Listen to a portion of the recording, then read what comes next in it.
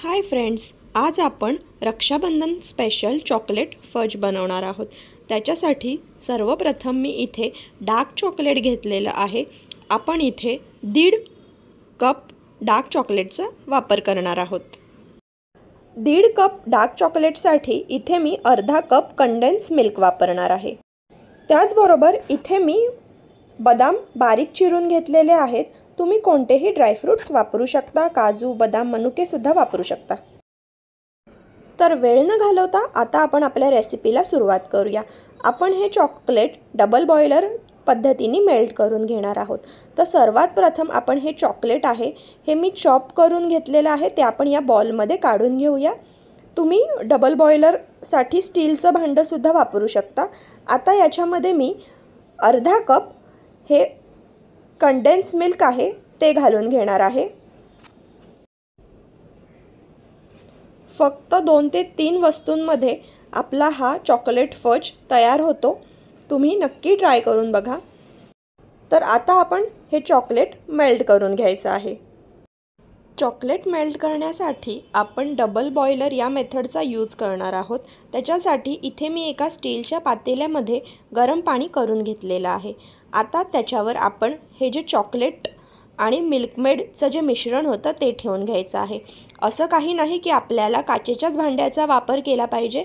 आपण स्टीलच्या भांडं किंवा ॲल्युमिनियमच्या भांड्यामध्ये सुद्धा हे चॉकलेट मेल्ट करू शकता। तर आता आपण पाण्याच्या वाफेवर हे चॉकलेट व्यवस्थित मेल्ट करून घ्यायचं आहे।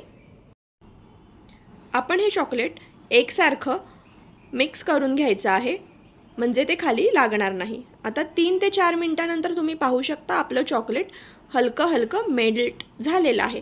आपल्याला हे पूर्ण क्यूब वितळेस्तोवर चॉकलेट व्यवस्थित आपण मेल्ट करून घ्यायचं आहे। तर आता आपलं चॉकलेट मेल्ट झालेलं आहे। मी आता गॅस बंद करून घेतलेला आहे, कारण खाली पाणी गरम आहे। त्या वाफेवर आता हे आपलं चॉकलेट मेल्ट होत राहणार। आता याच्यामध्ये मी बटर घालून घेणार आहे। बटर हे ऐच्छिक आहे, जर तुमची इच्छा असेल तर तुम्ही घालायचं, अदरवाईज ते स्किप केलं तरीही चालणार आहे। तर इथे मी बटर घालून घेतलेलं आहे 1 चमचा। आणि आता हे बटर आपण यामध्ये व्यवस्थित मिक्स करून घ्यायचं आहे। याच्यामध्ये बटर घातल्यामुळे याला थोडंसं तेल सुटतं, पण घाबरायचं काही कारण नाही। हे आपलं बटर मेल्ट होतं त्याच्यामुळे ते तेल सुटल्यासारखं दिसतं। नंतर आपण जेव्हा ते फ्रीज करतो तेव्हा ते व्यवस्थित फ्रीज होतं। तर अशा प्रकारे आता तुम्ही पाहू शकता आपल्या बटरमुळे चॉकलेटला छान अशी ग्लेज येते। बटर आता यामध्ये मेल्ट झालेलं आहे। आपण हे मिश्रण आता गॅसवरनं उतरवून घेऊया। तर आता आपण या मिश्रणामध्ये चिरलेल्या बदामाचे काप घालून घ्यायचे आहेत। थोडेसे बदाम मी शिल्लक ठेवलेले आहेत वरून डेकोरेशनसाठी। यामध्ये तुम्ही काजू किंवा पिस्ता, त्याच्यानंतर मनुके यांचा सुद्धा वापर करून घेऊ शकता। आता हे मिश्रण आपण व्यवस्थित अशा प्रकारे मिक्स करायचं आहे। तर आता आपलं मिश्रण व्यवस्थित मिक्स करून झालेलं आहे। आता आपण हे सेट करण्यासाठी इथे मी एक स्क्वेअर शेपचा टेन घेतलेला आहे आणि याला बटर पेपर लावून घेतलेला आहे। बटर पेपर मस्ट आहे, जर तुम्ही हा नाही लावला तर तुमचा हा फज चिटकून राहू शकतो। आपण जे कंपाऊंड चॉकलेट बनवतो त्याच्या मानाने हा जो फज असतो तो सॉफ्ट असतो खायला।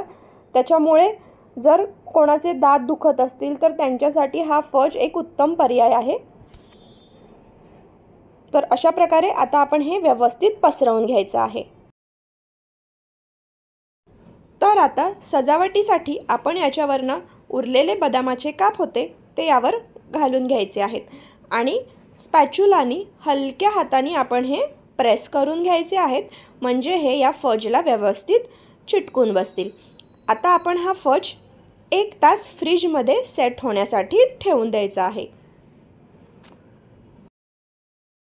तर आता 1 तास झालेला आहे। मी हा फज फ्रीजमधनं बाहेर काढून घेतलेला आहे।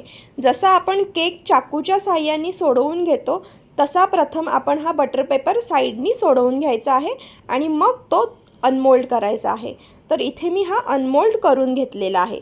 आता मी याचे काप करून घेणार आहे। एक धारदार सुरी वापरावी आणि याचे काप करून घ्यावे।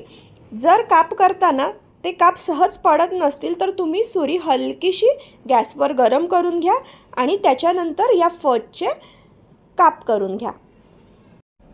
छोटे मोठे तुम्हाला जो शेप हवा त्या शेपमध्ये तुम्ही काप करून घेऊ शकता। अशा प्रकारे आपला चॉकलेट फज रेडी झालेला आहे। या रक्षाबंधनला नक्की ट्राय करा आणि कसा झाला ते कमेंट करून मला नक्की कळवा।